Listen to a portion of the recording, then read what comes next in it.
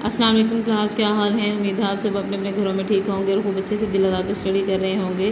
तो बच्चे, जैसे कि आपको पता है कि हमने हमारा सेकंड लेसन अल्लाह ताला और उसके रसूल सल्लल्लाहु अलैहि वसल्लम की मोहब्बत और अताअत स्टार्ट किया हुआ है। पहले लेक्चर में हमने इसका फर्स्ट क्वेश्चन पढ़ा था कि अल्लाह ताला की मोहब्बत से क्या मुराद है। आज जो है वो हम इसके नेक्स्ट क्वेश्चन आंसर हैं वो करेंगे। तो चलिए आए देखते हैं कि हमारा सेकंड क्वेश्चन जो है वो कौन सा है। रसूलुल्लाह सल्लल्लाहु अलैहि वसल्लम के साथ मोहब्बत से क्या मुराद है, कुरानी आयात और हदीस की रोशनी में वजाहत करें। तो इसका जवाब आपको मैं बताती हूँ कि रसूलुल्लाह सल्लल्लाहु अलैहि वसल्लम के साथ मोहब्बत जो है बच्चे मुसलमानों के ईमान का तकाजा है।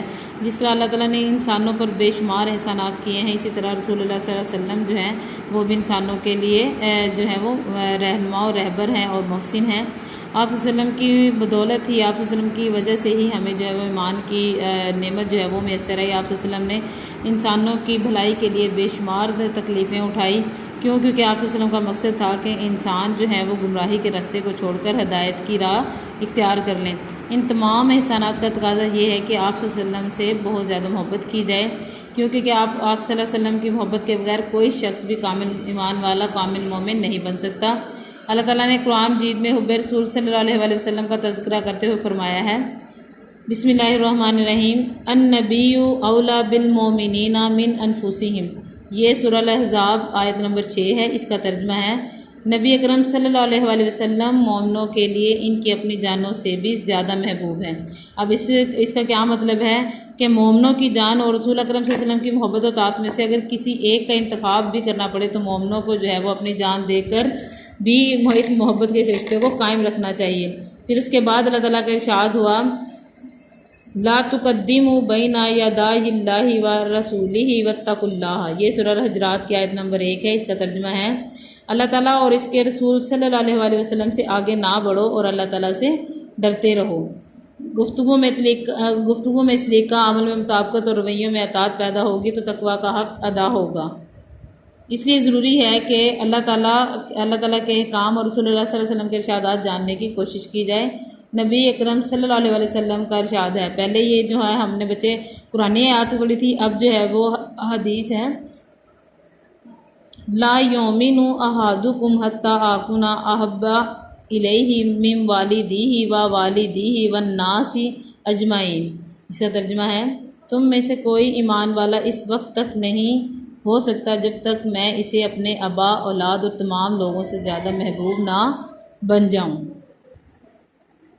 ये हदीस है। उसके बाद है, ला यौमिनु अहादुकुम हत्ता याकुना हवाहु ताबिय्यन लिमा जीतु बिही।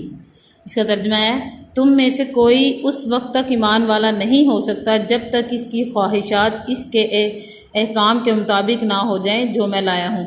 ये दोनों जो हैं वो हमने अहादीस पढ़ी हैं। इससे मालूम होता है कि मोहब्बत का तकाजा ये है कि अल्लाह ताला और उसके रसूल सल्लल्लाहु अलैहि वसल्लम के साथ मोहब्बत में किसी को शरीक ना किया जाए और आप वसल्लम की मोहब्बत तमाम रिश्तों और तमाम ताल्लुकात से बढ़कर हो।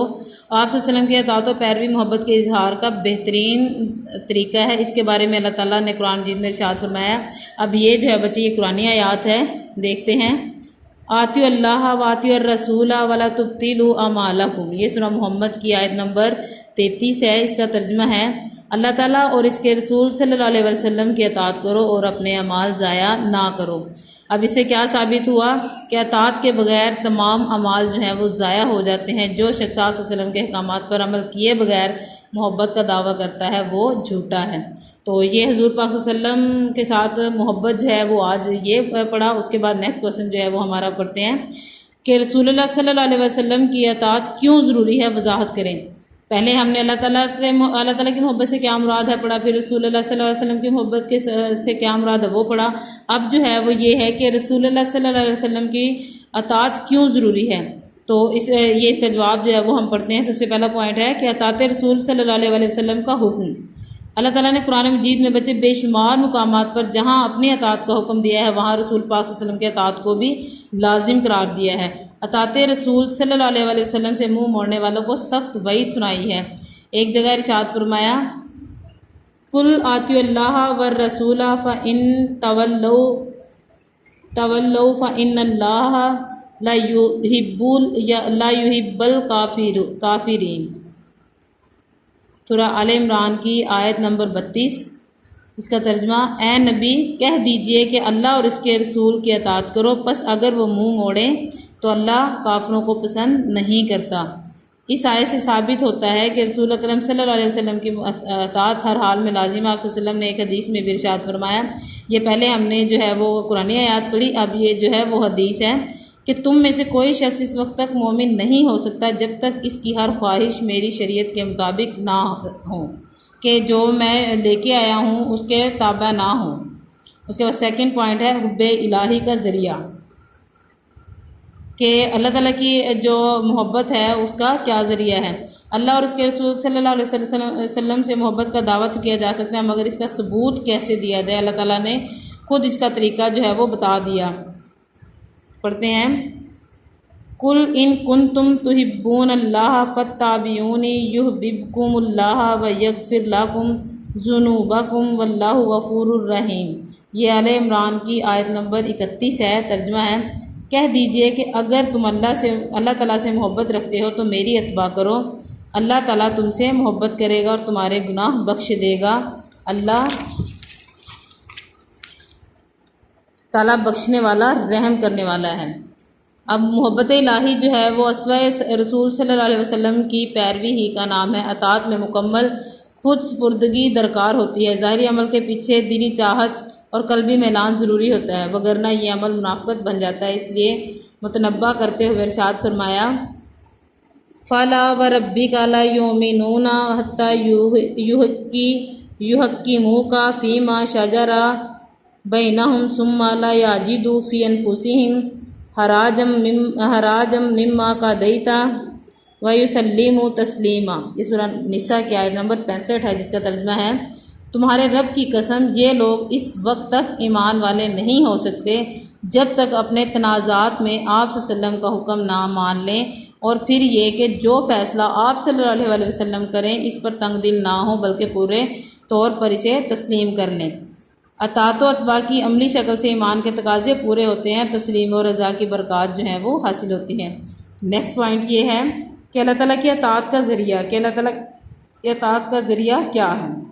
अल्लाह ताला बिला वास्ता इंसानों को अहकाम नहीं देते बल्कि अपने रसूलों के ज़रिए देते हैं। रसूल की ज़िंदगी अल्लाह ताला की अताअत में गुजरती है। रसूल लम्हा भर भी अल्लाह ताला की नाफरमानी नहीं करता, लिहाजा रसूल पाक सल्लल्लाहु अलैहि वसल्लम की पैरवी दरअसल अल्लाह की पैरवी है। कुरान मजीद में है, मैं यूती इर रसूला फ़क़द अताअल्लाह, सूरह निसा की आयत नंबर 80 है, जिसका तर्जुमा है, जिसने रसूल सल्लल्लाहु अलैहि वसल्लम की अताअत की इसने गोया अल्लाह की अताअत की। उसके बाद फोर्थ हमारा पॉइंट है अवामर व नवाही में अताअत रसूल सल्लल्लाहु अलैहि वसल्लम का हुक्म। रसूल सल्लल्लाहु अलैहि वसल्लम का मनसब सिर्फ ये नहीं होता कि वो लोगों तक अल्लाह का पैगाम पहुँचा दे, बल्कि रसूल की एक ज़िम्मेदारी ये भी होती है कि वो अहकामात इलाही की तशरीह व तौज़ीह बयान कर दे। रसूल अपने कौल और फ़ेल से अल्लाह के अहकामात की वजाहत करता है। अल्लाह ताला के अहकाम पर अमल करने के लिए ज़रूरी है कि हम रसूल पाक सल्लल्लाहु अलैहि वसल्लम की अताअत करें। कुरान मजीद में अल्लाह ताला के ने हुक्म दिया है, वमा अताकुमुर रसूलु फ़ख़ुज़ूहु वमा नहाकुम अन्हु फ़ंताहु। ये सूरह हशर की आयत नंबर 7 है। तर्जुमा है, जो रसूल तुम्हें दे बस वो ले लो और जिस बात से मना कर दे इससे रुक जाओ। ईमान का तकाजा भी यही है कि रसूल सल्लल्लाहु अलैहि वसल्लम जिस बात का हुक्म दे इस पर अमल किया जाए और जिस बात से मना करें इंसान इससे रुक जाए। नेक्स्ट पॉइंट हमारा है नबी करीम सल्लल्लाहु अलैहि वसल्लम की नाफरमानी गुमराही है। नबी करीम सल्लल्लाहु अलैहि वसल्लम की अताअत से मुँह मोड़ कर ज़िंदगी गुजारना गुमराही का बाइस है। कुरान मजीद में इरशाद रब्बानी है, मैं यासिल्लाह व रसूलहु फ़क़द दल्ला दलालन मुबीना। सूरह अहज़ाब की आयत नंबर 36, जो शख्स अल्लाह और उसके रसूल सल्लल्लाहु अलैहि वसल्लम की नाफरमानी करेगा बस वो वाज़िया तौर पर गुमराह होगा। इस गुमराही से बचने का तरीका सिर्फ़ और सिर्फ यही है कि आदमी ज़िंदगी के तमाम मामलात में अल्लाह और उसके रसूल सल्लल्लाहु अलैहि वसल्लम की अताअत करे। नबी अकरम सल्लल्लाहु अलैहि वसल्लम ने खुतबा हज्जतुल विदा देते हुए इरशाद फरमाया, लोगों मैं तुम्हारे दरमियान दो चीज़ें छोड़कर जा रहा हूँ, किताब अल्लाह और सुन्नत रसूल। जब तक तुम इनके मुताबिक अमल करोगे गुमराह नहीं होगे। तो ये बच्चे जो है वो हमने रसूल पाक सल्लल्लाहु अलैहि वसल्लम की अताअत क्यों ज़रूरी है ये पढ़ा। अब नेक्स्ट हमारा क्वेश्चन है, कुरान करीम की किसी एक आयत के हवाले से ख़त्म नबूवत का मफ़हूम वाज़िया करें, कि ख़त्म नबूवत का जो है वो हमने कुरानी आयात के हवाले से जो है वो इसकी वजाहत करनी है। इसका जवाब है कि ख़त्म नबूवत का मतलब सिलसिला नबूवत का ख़ात्मा। नबूवत के सिलसिले का आगाज़ कहाँ से हुआ था? हज़रत आदम अलैहिस्सलाम से। और जो ख़ात्मा है वो कहाँ हुआ? हज़रत मोहम्मद सल्लल्लाहु अलैहि वसल्लम पर। हज़रत आदम अलैहिस्सलाम के बाद बेशुमार अम्बिया लोगों की हिदायत और रहनुमाई के लिए दुनिया में तशरीफ़ लाए। सबसे आखिरी नबी जो है वो हज़रत मोहम्मद सल्लल्लाहु अलैहि वसल्लम है। अल्लाह ताला ने हज़रत मोहम्मद सल्लल्लाहु अलैहि वसल्लम पर नबूवत के सिलसिले का ख़ात्मा कर दिया। कुरान मजीद में आप सल्लल्लाहु अलैहि वसल्लम को ख़ातमुन नबिय्यीन यानी सिलसिला नबूवत का ख़ात्मा करने वाला कहा गया है। अरशाद फरमाया, अब ये देखें, ये जो है वो कुरानी आयात है। मा काना मुहम्मदुन अबा अहदिम मिन रिजालिकुम वलाकिन रसूलुल्लाहि व ख़ातमुन नबिय्यीन। ये सूरह अहज़ाब की आयत नंबर 40 है। तर्जुमा है, मोहम्मद सल्लल्लाहु अलैहि वसल्लम तुम्हारे मर्दों में से किसी के बाप नहीं, बल्कि आप सल्लल्लाहु अलैहि वसल्लम अल्लाह के रसूल और आखिरी नबी हैं। रसूलुल्लाह सल्लल्लाहु अलैहि वसल्लम की ख़त्म नबूवत का एक सबूत ये भी है कि आप सल्लल्लाहु अलैहि वसल्लम से पहले जितने भी अम्बिया दुनिया में आए वो मखसूस इलाकों, कौमों और कबीलों की तरफ भेजे गए थे। लेकिन इसके बरक्स हुज़ूर पाक सल्लल्लाहु अलैहि वसल्लम जो है वो पूरी इंसानियत के लिए नबी बनकर आए। आप सल्लल्लाहु अलैहि वसल्लम की आमद से बैनुल अक़वामियत का तसव्वुर जो है वो उभरा। एक मरकज़, एक असवा और एक सहीफ़ा हिदायत ने नस्ल इंसानी को वहदत से आशना कर दिया। अरशाद रब्बानी है। अब ये भी कुरानी आयत है, कुल या अय्युहन्नासु इन्नी रसूलुल्लाहि इलैकुम जमीआ। ये सूरह आराफ आयत नंबर 158। इसका तर्जुमा है, फरमा दीजिए कि ए लोगों, मैं तुम सब की तरफ अल्लाह ताला का रसूल बनकर आया हूँ। अगर किसी नई नबी ने आना होता तो रसूल पाक सल्लल्लाहु अलैहि वसल्लम की नबूवत भी महदूद होती। फिर ये कि अल्लाह ताला ने दीन मुहम्मदी की तकमील का ऐलान खुद फरमाया। रसूल पाक सल्लल्लाहु अलैहि वसल्लम के आखिरी हज के मौके पर तकमील दीन की आयत नाजिल हुई। अरशाद हुआ, यह आखिरी आयत जो है वो आखिरी हज के मौके पर जो है वो नाजिल हुई थी। अल यौमा अकमलतु लाकुम दीनकुम व अतममतु अलैकुम निमती व रदीतु लाकुमुल इस्लाम दीना। अल माइदा सूरह आयत नंबर 3। तर्जुमा है, आज मैंने तुम्हारे लिए तुम्हारा दीन मुकम्मल कर दिया, तुम पर अपनी नेमत तमाम कर दी और तुम्हारे लिए इस्लाम को बतौर दीन पसंद कर लिया।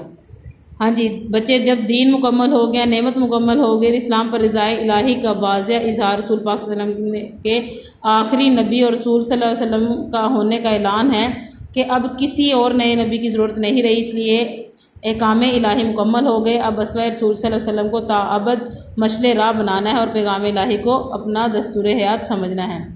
अब इंसान को एक ही दर से हिदायत मिलेगी। अब तलाश का मरहला ख़त्म हुआ और परेशान नजरी का भी खात्मा हो गया। अब तमाम इंसानियत को रसूल सल्लल्लाहु अलैहि वसल्लम की मोहब्बत और